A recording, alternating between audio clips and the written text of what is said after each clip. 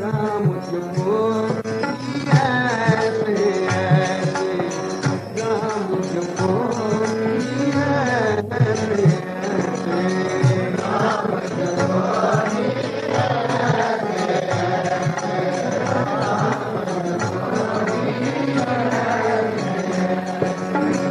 राम जपो राम जपो जी ऐसे ऐसे, राम जपो जी ऐसे ऐसे,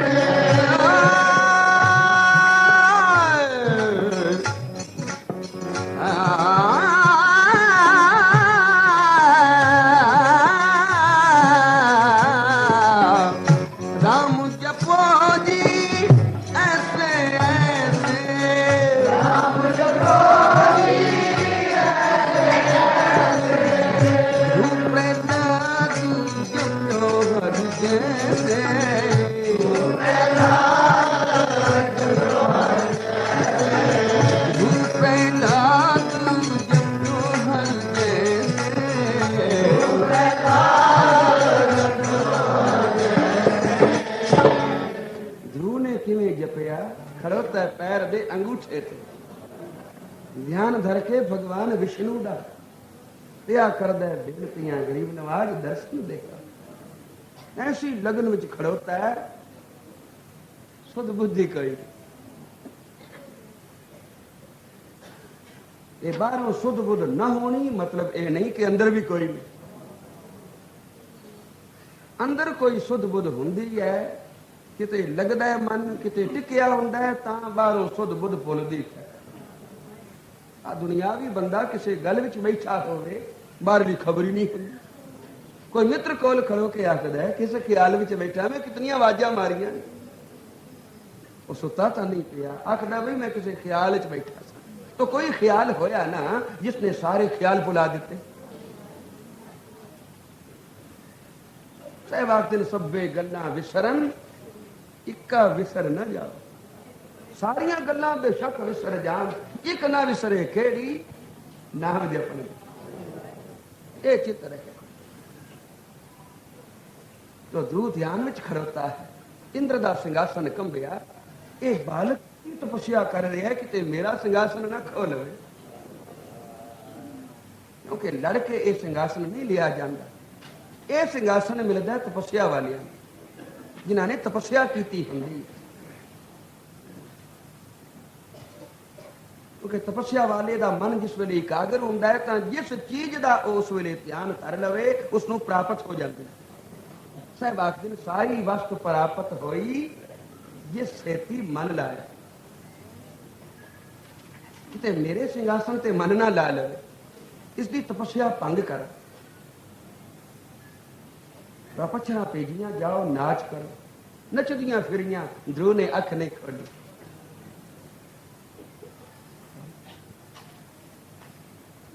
देवते भेजे जाओ इसको डराओ, कोई सप बन के कोई शेर बन के बड़े भयानक रूप धार के डरा रहे हैं, पर ध्रुव नहीं डरे, उसको पता ही नहीं बाहर की कुछ हो रहा है, वो ऐसा टिकिया बस टिकिया हुआ।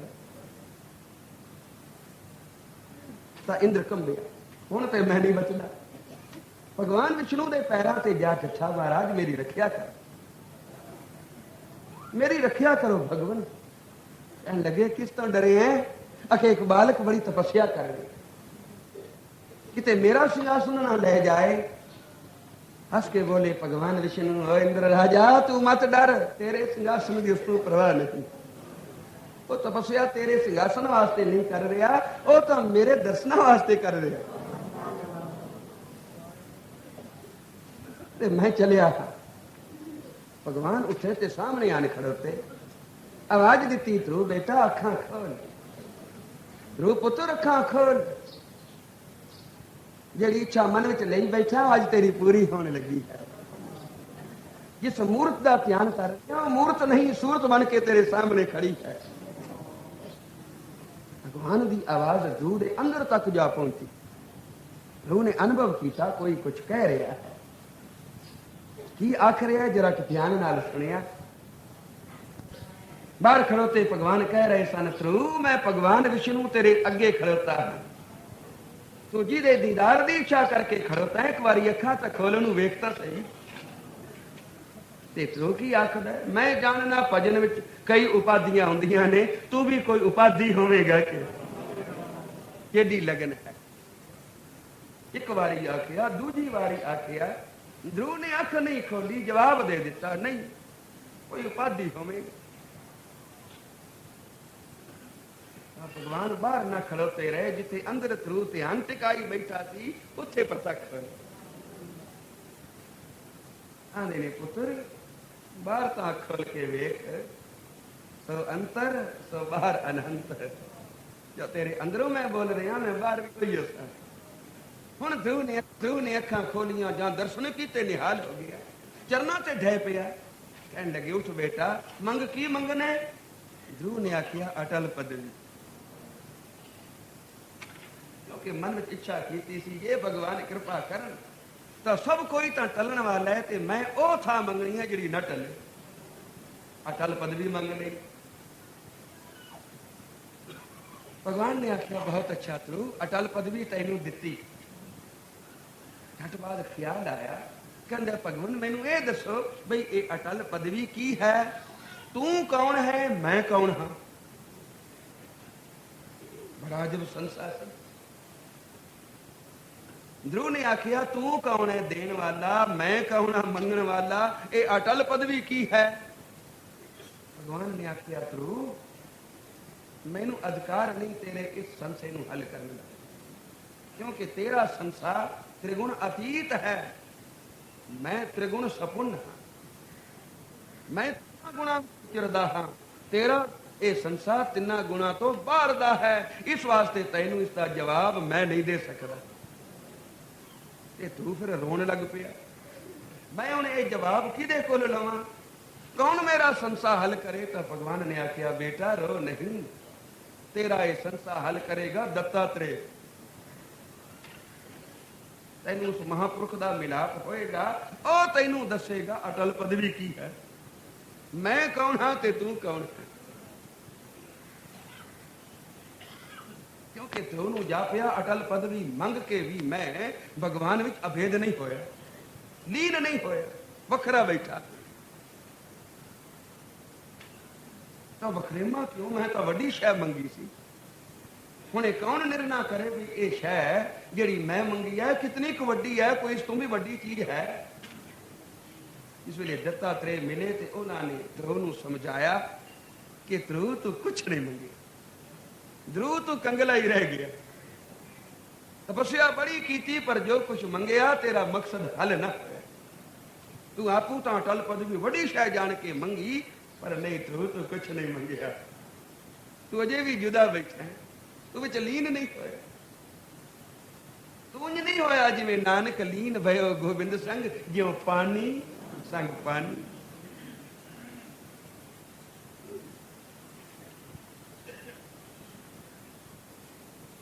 ਉਸ ਵੇਲੇ ਤੂੰ ਰੁਨਾ, ਹਾਏ ਮੈਂ ਕੁਛ ਨਾ ਮੰਗਿਆ, ਕਿਹੜੀ ਤਪੱਸਿਆ ਕੀਤੀ, ਭਗਵਾਨ ਨੂੰ ਪ੍ਰਤੱਖ ਕਰ ਲਿਆ, ਪਰ ਮੰਗਣ ਵੇਲੇ ਮੇਰੀ ਮੱਤ ਤੇ ਕੀ ਪਰਦਾ ਪੈ ਗਿਆ ਜੋ ਮੈਂ ਅਟਲ ਪਦਵੀ ਮੰਗ ਬੈਠਾ।